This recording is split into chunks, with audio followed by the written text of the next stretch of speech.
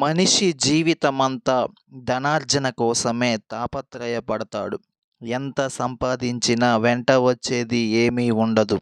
జీవుడి వెంట మంచి చెడులనే కర్మ సంచికలు మాత్రమే ఉంటాయి. అదే జీవిత సత్యం. ఇది తెలిసిన వారు ప్రాపంచిక ప్రలోభాలకు అతీతంగా ఉంటారు. కానీ అందరికీ సత్యదర్శనం లభించదు.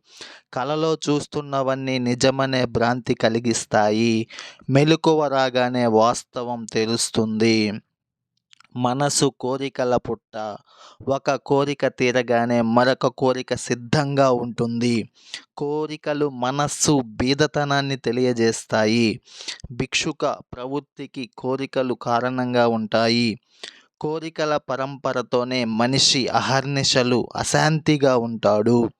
ముళ్ళ దుప్పటి లాంటి కోరికల్ని దూరంగా విసిరేస్తే ఇక దుఃఖమే ఉండదు. కోరికలన్నింటినీ కాశీలో వదిలేయమని పెద్దలు చెబుతారు. బొందితో కైలాసానికి వెళ్ళవచ్చేమో గాని కోరికలతో జీవుడు వెళ్ళగలిగేది నరకానికేనంటారు జ్ఞానులు. ధనలేమి ఒక్కటే దరిద్రంగా చాలామంది భావిస్తారు. భావదారిద్ర్యం, జ్ఞానలేమి, బుద్ధిరాహిత్యం ఇటువంటివేమీ లేనివారే సంపన్నులవుతారు. ధనం లేకున్నా సద్బుద్ధి, సద్గుణాలు కలిగిన వారికి దైవానుగ్రహం తప్పక లభిస్తుంది. ఆదిశంకరులు ఒక కటిక బీద గృహిణి ఇంటికి భిక్ష కోసం వెళ్తారు. దుఃఖాన్ని దిగమింగుకొని ఆతిథ్య సాంప్రదాయాన్ని పాటిస్తూ బీద గృహిణి తమ ఇంట్లో ఉన్న ఒకే ఒక్క ఉసిరికాయను ఆయనకు దానం చేస్తుంది. ఆదిశంకరుల హృదయం కరుణతో కరిగిపోతుంది.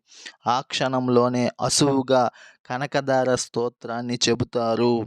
లక్ష్మీదేవి అనుగ్రహం బంగారు ఉసిరికాయలుగా వర్షిస్తుంది. ఇప్పటికీ ఆ గృహం కాలడి గ్రామంలో ఉందని చెబుతారు. రంతిదేవుడి కథ కూడా ఇలాంటిదే. ఆతిథ్య ధర్మాన్ని నిస్వార్థంగా పాటించడం వల్లనే తక్షణం దైవానుగ్రహం లభిస్తుంది.